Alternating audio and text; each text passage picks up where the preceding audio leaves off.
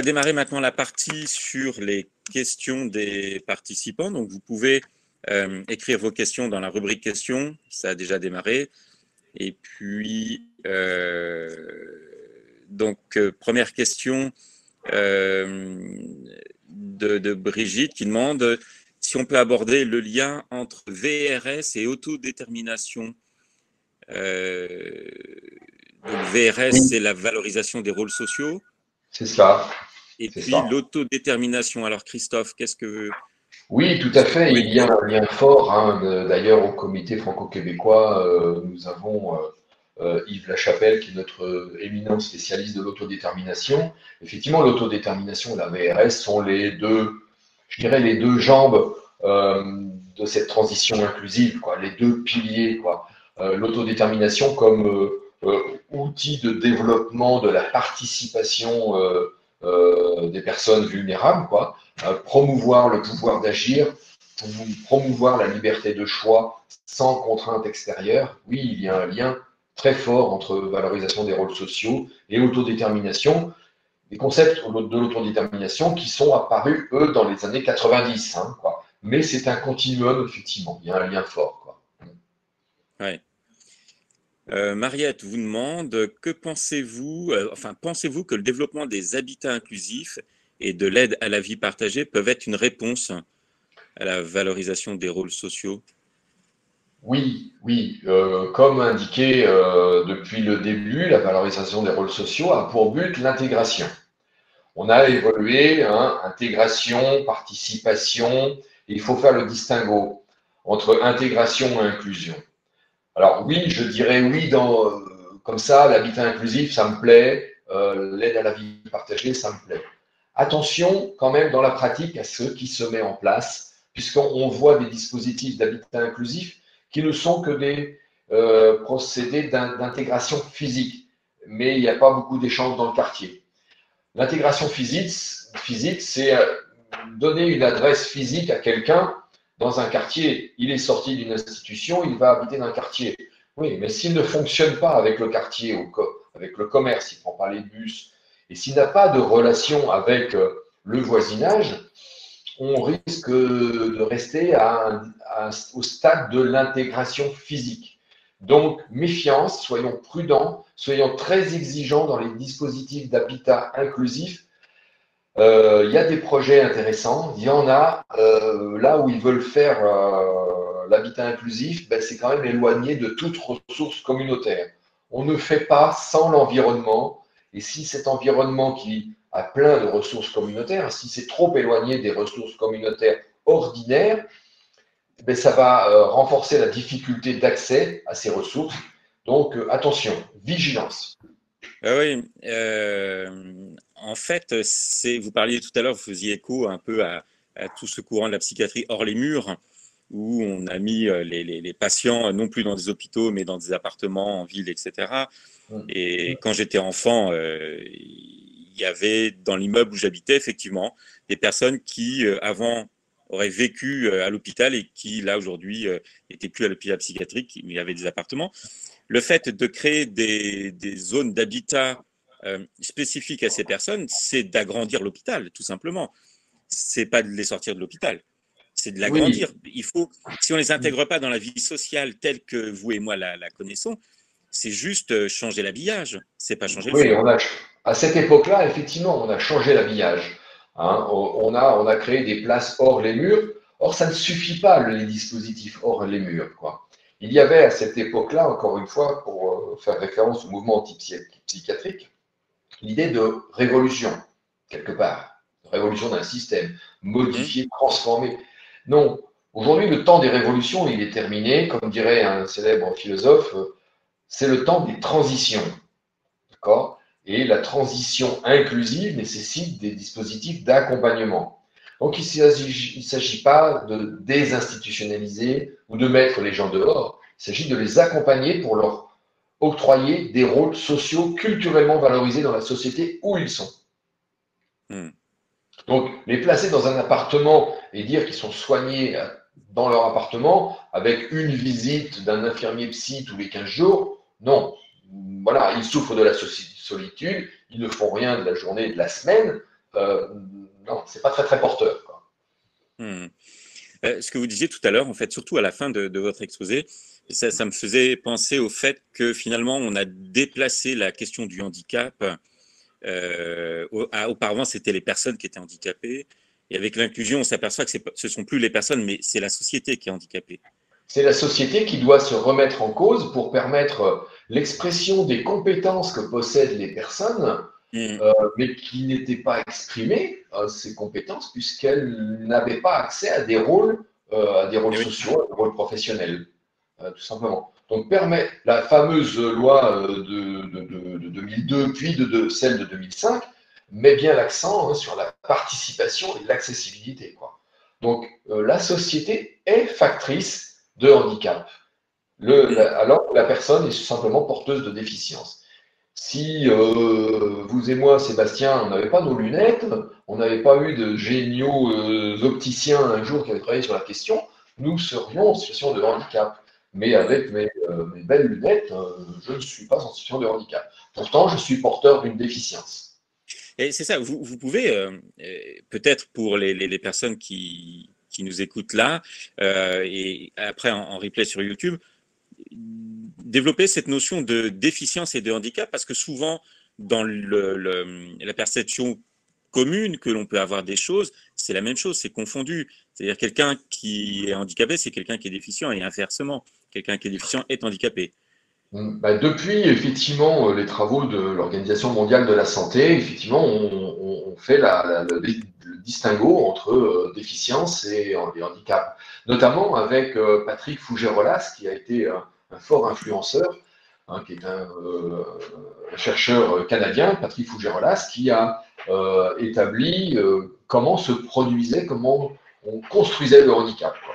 Hein, le processus de production du handicap, ce qu'on appelle le PPH, hein, et il se construit à travers le filtre de la culture et bien évidemment des rôles que l'on attribue ou qu'on n'attribue pas à la personne.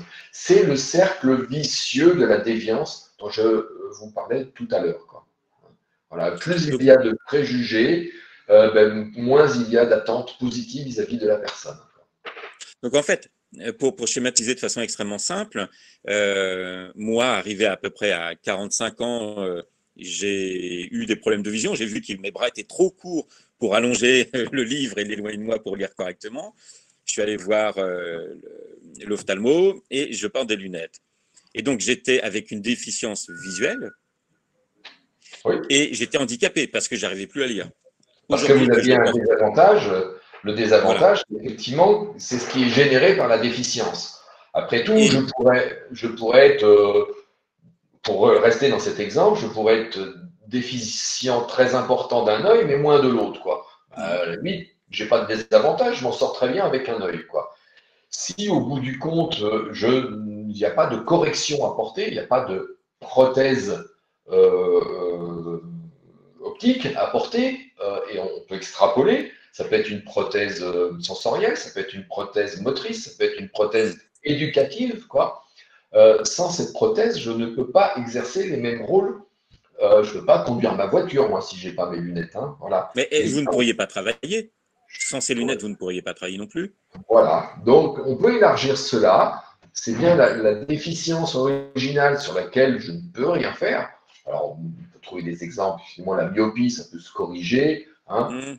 Il y a des exemples contraires. Mais la déficience, elle est originelle. Prenons quelqu'un qui est porteur d'une trisomie 21, on ne peut rien lui Eh faire, hein, oui. la trisomie 21. Par contre, il peut apprendre à lire, à écrire, à faire un travail comme vous et moi. Voilà, on peut développer ses compétences. Preuve en est, hein, c'est que pour cet exemple des personnes porteuses d'une trisomie 21, avant, on disait ils ont un panel, un syndrome de déficience, ils ne vivront pas longtemps. Aujourd'hui, voilà, ils accèdent à des rôles sociaux valorisés, ils travaillent, hein, et leur espérance de vie a grandement augmenté, quoi. Oui, il y a d'ailleurs des entreprises, et je pense notamment dans la restauration, ça se fait de plus en plus, des restaurants qui n'emploient que des personnes porteuses de trisomie 21, et au niveau Oui, de oui. la cuisine et au niveau du service. Ouais. Pour moi, enfin, j'ai d'autres exemples où effectivement, il ne s'agit pas de mettre en avant dans ce restaurant le fait que les acteurs en cuisine ou au service, soit des personnes avec une trisomie 21, le meilleur récompense à leur dire, c'est ce qu'il y a dans ce restaurant. C'est que c'est très bon. Ça, c'est Bien l'inclusion. sûr. Et c'est là où, alors, je ne sais pas si on peut faire rebondir comme ça sur ce jeu de mots, mais attention à ce qu'on valorise. Est-ce qu'on valorise finalement leur déficience et leur handicap compensé, ou est-ce qu'on valorise le produit de ce qu'ils font? Voilà, la VRS met bien l'accent là-dessus. Il s'agit de valoriser les rôles sociaux, et pas la personne. La personne, voilà, c'est Oui, bien, on aime tous recevoir des compliments. Mais ce qui est à valoriser, c'est le rôle social, parce que ce rôle social, il est reconnu. La personne qui va, vous allez dans un restaurant, vous y allez pour manger et pour bien manger parce que vous allez payer, quoi. Si vous allez dans ce restaurant parce qu'il y a des beaux tableaux au mur ou parce que le personnel est sympa, mais que ce qu'il y a dans l'assiette, c'est exécrable, vous n'y retournerez pas deux fois. Hein, donc là, il y a quelque chose de culturellement valorisé. On va au restaurant pour bien manger. C'est ça qu'il faut ouais, mettre en avant.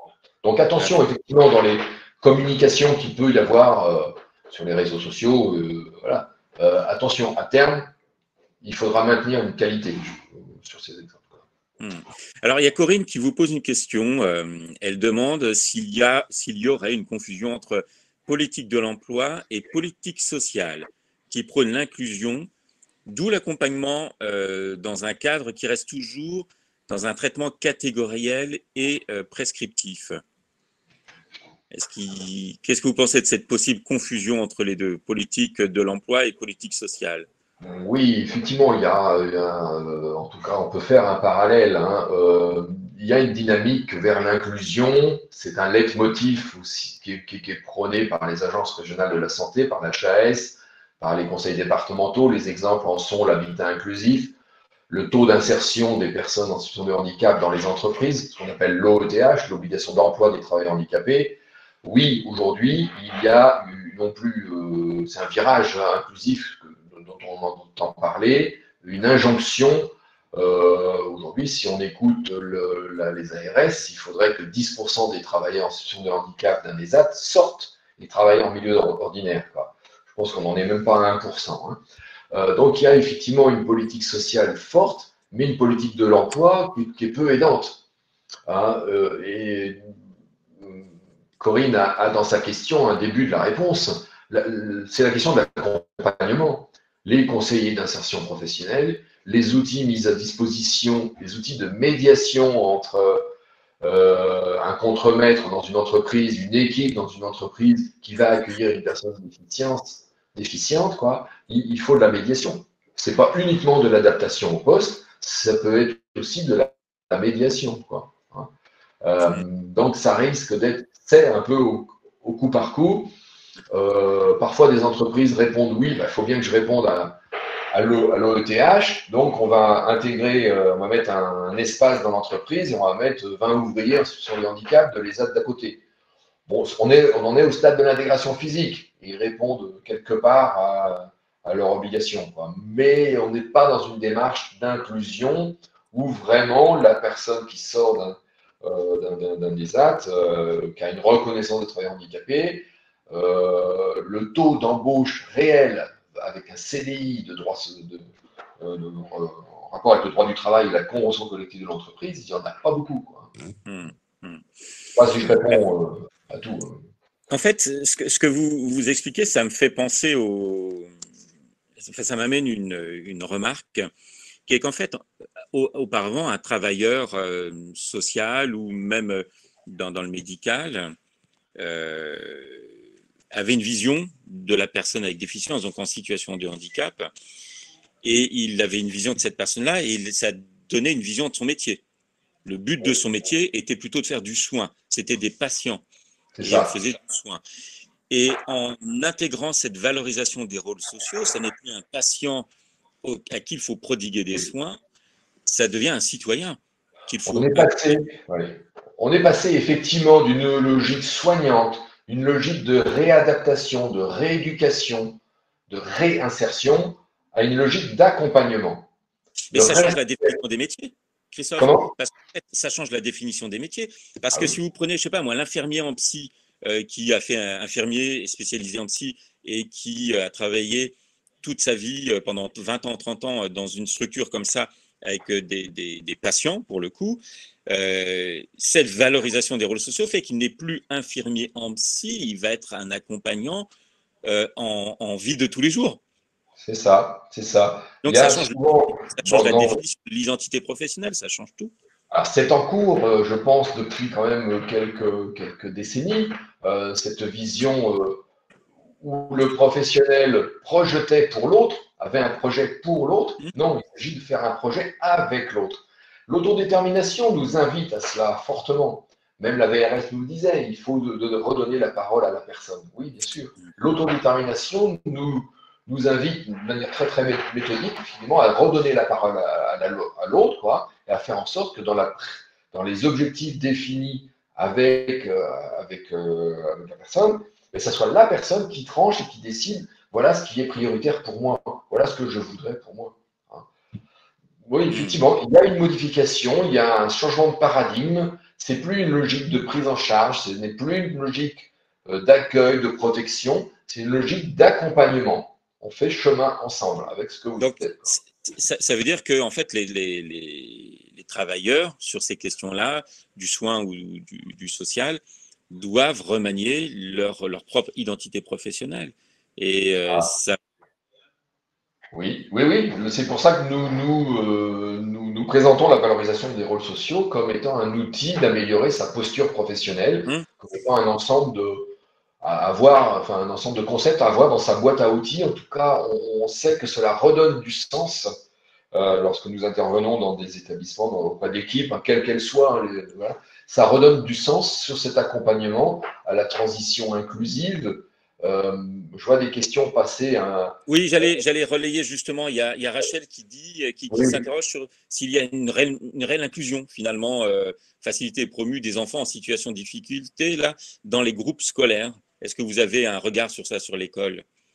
ben oui, alors ma propre expérience a pu faire que j'ai étudié sur une grande ville de 170 000 habitants les dispositifs d'inclusion scolaire en milieu ordinaire à partir d'instituts médico-éducatifs. Il y a encore du boulot. Je ne sais pas si j'apprends quelque chose à Rachel.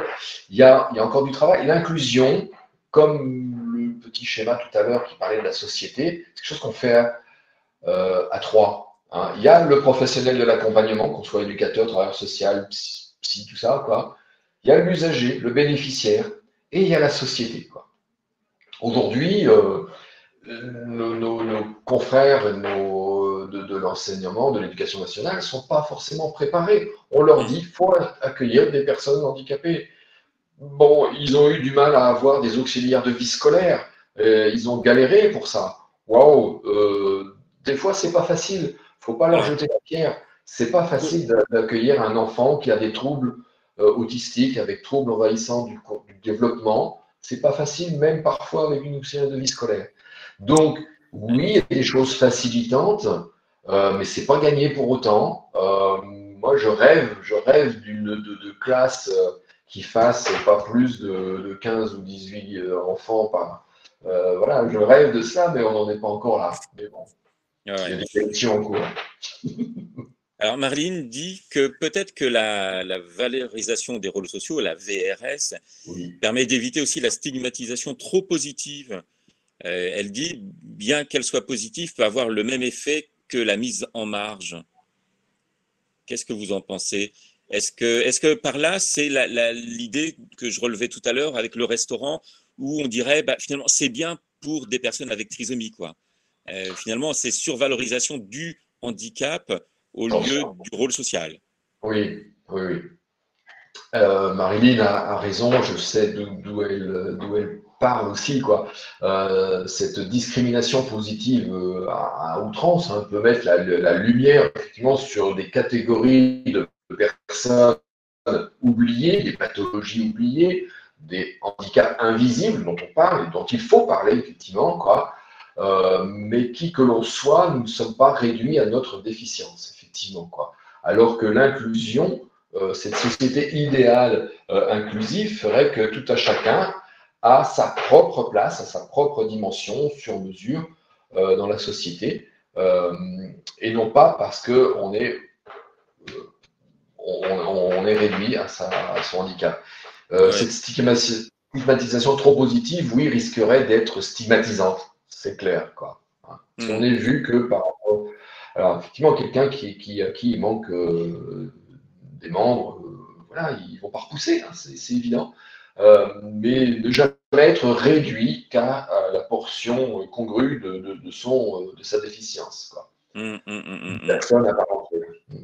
Il y a Ouais. effectivement dans les pratiques, dans la communication, bon, attention, ouais, c'est Et, discutable parfois.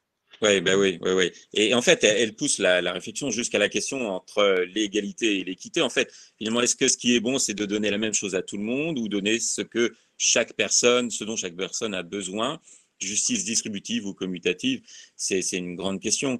Et parfois, on a tous eu l'occasion d'entendre des parents, et moi je pense à la génération d'avant, peut-être des grands-parents dire, moi j'ai élevé tous mes enfants pareils. Et là, on peut se Oui, dire, oh là là, quelle catastrophe de les avoir tous élevés pareil. Transmettre les mêmes valeurs, oui, mais les élever pareil, non, parce qu'ils sont tous différents. Et il faut les élever en fonction de chacun, c'est et ça, pas pareil. c'est toute la différence entre le normatif, la normalisation, quoi, hein, et l'accompagnement en fonction de la personne. Je dis souvent de manière un peu imagée que nous avons tous nos personnalités, nous avons tous notre sac à malice. Ce que je dis là aujourd'hui va être interprété de 10 manières différentes. S'il y a 10 participants, il y a 10 manières différentes de l'interpréter, alors que ce que je dis, voilà, c'est une boîte à outils uniforme. Ce sont des concepts qui sont bien définis, quoi. Mais nous, en tant que personne, en tant que professionnel, en tant qu'individu, on utilise toujours et sa boîte à outils et son sac à malice, quoi. Voilà. Alors, effectivement, éduquer tout le monde de la même manière, non. Effectivement, oui, oui, je suis d'accord avec vous. Tout à l'heure, vous faisiez référence à l'OMS et ça m'a fait penser à la définition de l'état de bonne santé, hein. Et l'OMS dit la santé est un état complet de bien-être physique, mental et social qui consiste pas seulement en une absence de maladie ou d'infirmité. Et ça, c'est important parce que ça ouvre la dimension sociale.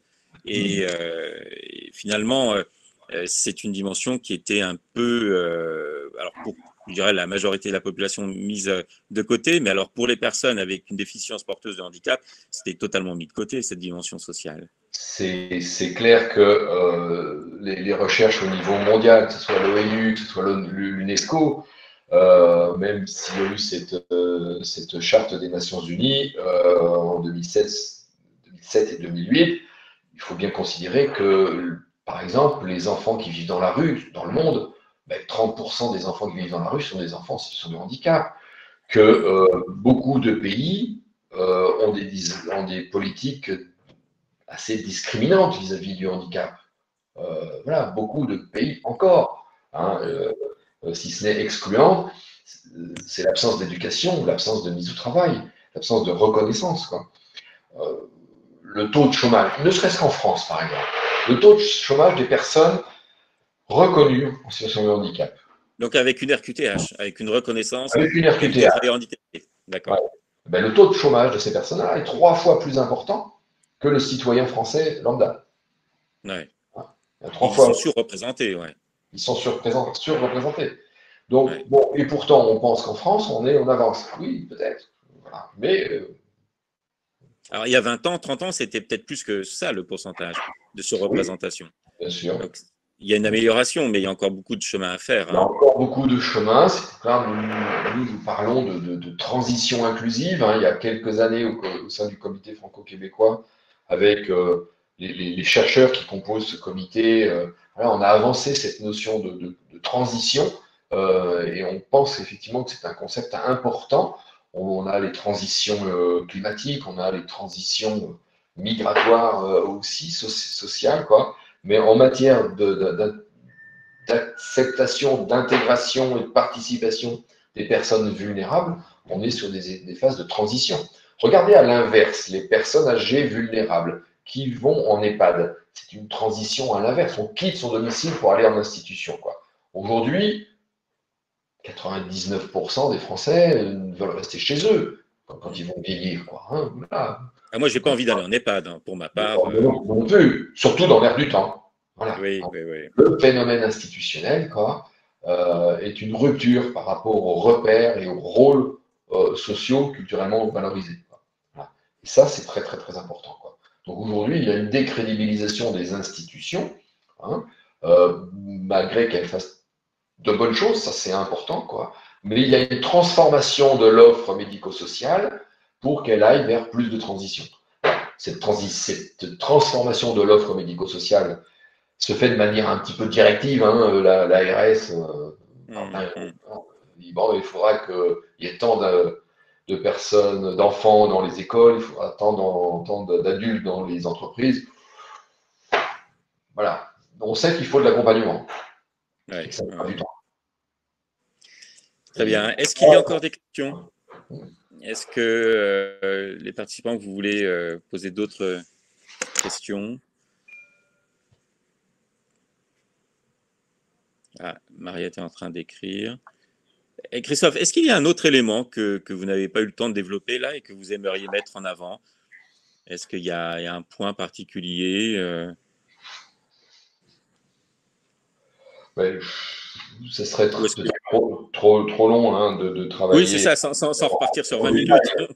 Voilà. Le but de la valorisation des rôles sociaux, en tout cas tel que nous l'enseignons aujourd'hui aux équipes, hein, c'est un référentiel de pratique. Ça se veut très très pratique au quotidien. Il y a une multitude d'exemples pour traiter de la dévalorisation des rôles sociaux. En fait, c'est appuyé sur de la recherche en sciences humaines et sociales. Et c'est une recherche, c'est pratique en fait. C'est-à-dire que quand vous faites des formations dans les équipes, ils ont des outils concrets qu'ils peuvent mettre en œuvre dès le lendemain.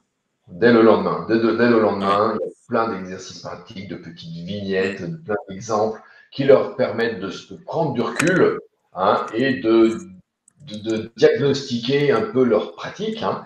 On a de la valorisation de rôles sociaux, sont nés aussi des outils d'accompagnement et d'évaluation de l'organisation des services.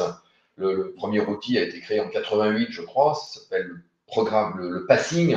Voilà, aujourd'hui, nous accompagnons des équipes dans la transformation de leur offre médico-sociale en référence à la valorisation des rôles sociaux.